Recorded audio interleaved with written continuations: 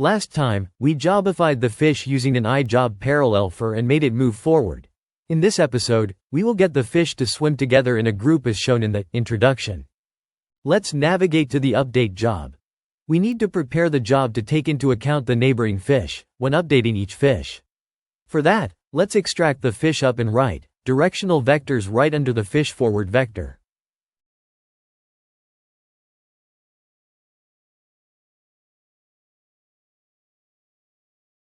We need to search for neighbors in order to calculate in which direction each fish should move.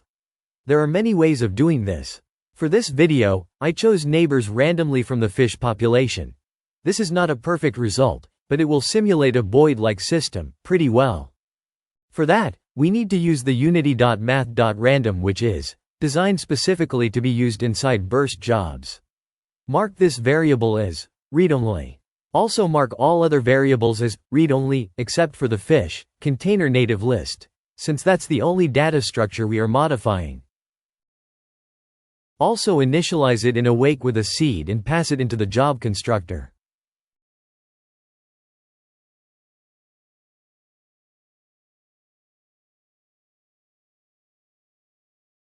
Next, we need a random range of indices to search for neighbors in. Initialize a start and end index based on a tunable neighbor count parameter.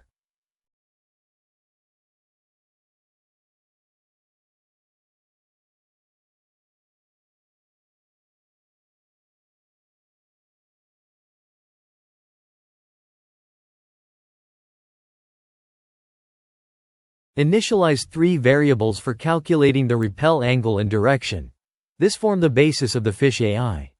Each fish will determine how much it wants to swim away from each of its neighbors, and that value will be represented as a change in angle in these repel variables. Now let's iterate over each neighbor index and calculate how far away it is and its direction from the current fish.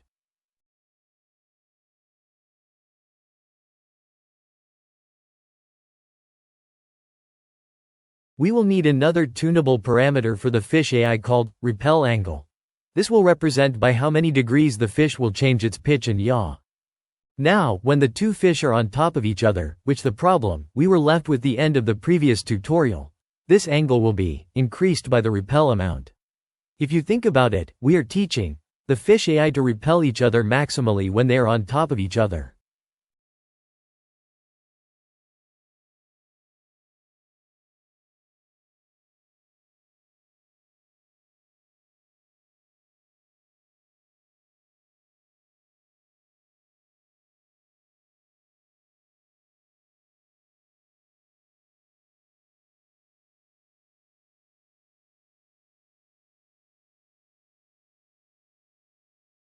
But when the two fish are apart, then we compute their relative direction and distance and use a special function to gently ease the two fish away from each other. Since they are not on top of each other, we don't care too much about separating them. So we can afford to slowly steer them away. And the farther apart they are, the more slowly we steer them away from one another, because who cares, right, if they are already far apart?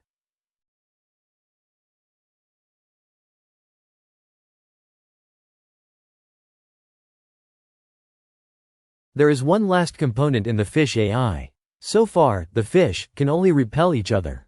But for this boid system to be complete, the fish also need to come together. In a typical boid system, each fish would try to maintain a certain distance from its neighbors. For this tutorial, it is sufficient to make the fish return to the center of the fish school. This will produce enough reason for each fish to circle around the school center point with its neighbors. I like to call this force the go home impulse.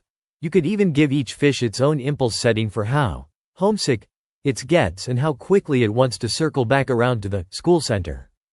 The go home impulse should be larger when the fish is farther away from the school center and reduce gradually as it gets closer. This will automatically ensure that the fish don't end up clumping together into a ball around the school center, and it gives the repelling forces enough power to push them all away, creating a dynamic movement system for the school as a whole. Finally, let's compile all of these forces into a target rotation update. To calculate the final fish rotation, we need one more tunable parameter: agility. Agility determines how much a fish tries to obey the direction that the boid AI determines for it. Setting this to 1 would mean it adheres to the AI result totally, and 0 would mean it doesn't care at all, causing it to not act as a boid anymore.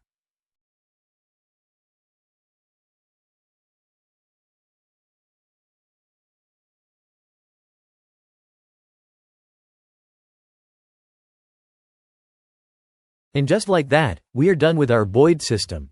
Let's compile and set the parameters in the editor. I start off with a 1000 fish and a high agility of 0.5.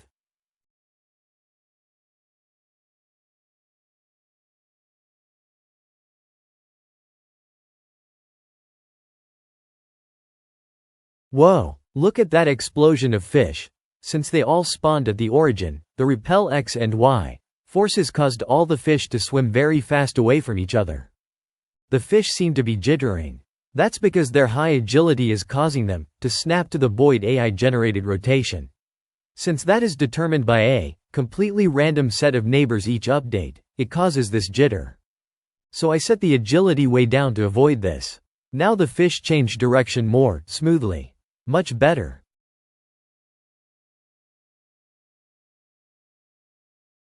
I wonder what happens when I change the radius of the school. Just as expected, the fish swim into a smaller circle when I reduce the school radius, and they swim away into a larger circle when I increase it. Appears to be usable for specific applications. Play around with the agility and turn speed values until you get a smooth wave-like pattern among all the fish. Let's look at the result.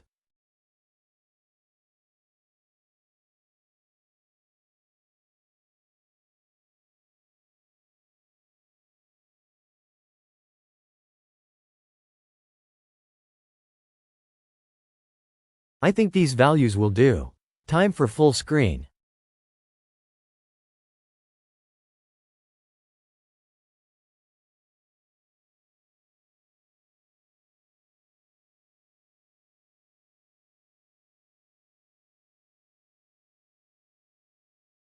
Let's see a fish school of 10,000 fish.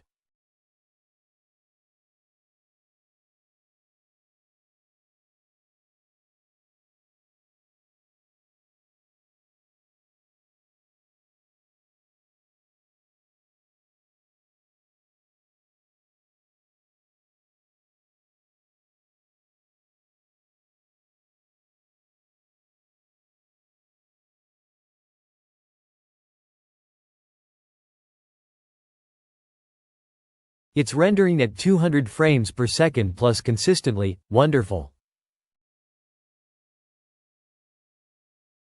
Now, for 100,000 fish.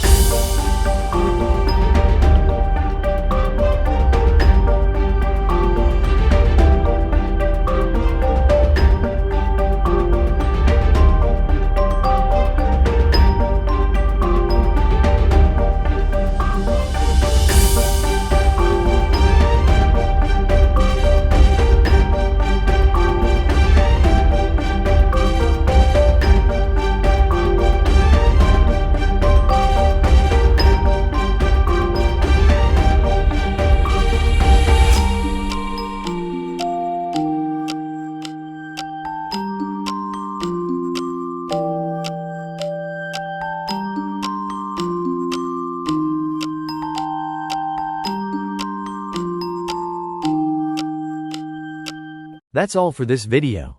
In future videos I want to work towards the more common form of boid AI with spatial hashing for neighbor lookup. I also want to replace the voxel fish model with an actual mesh with animations using a very unique method that makes animating all these fish more affordable. It's known as vertex animation textures. See you then.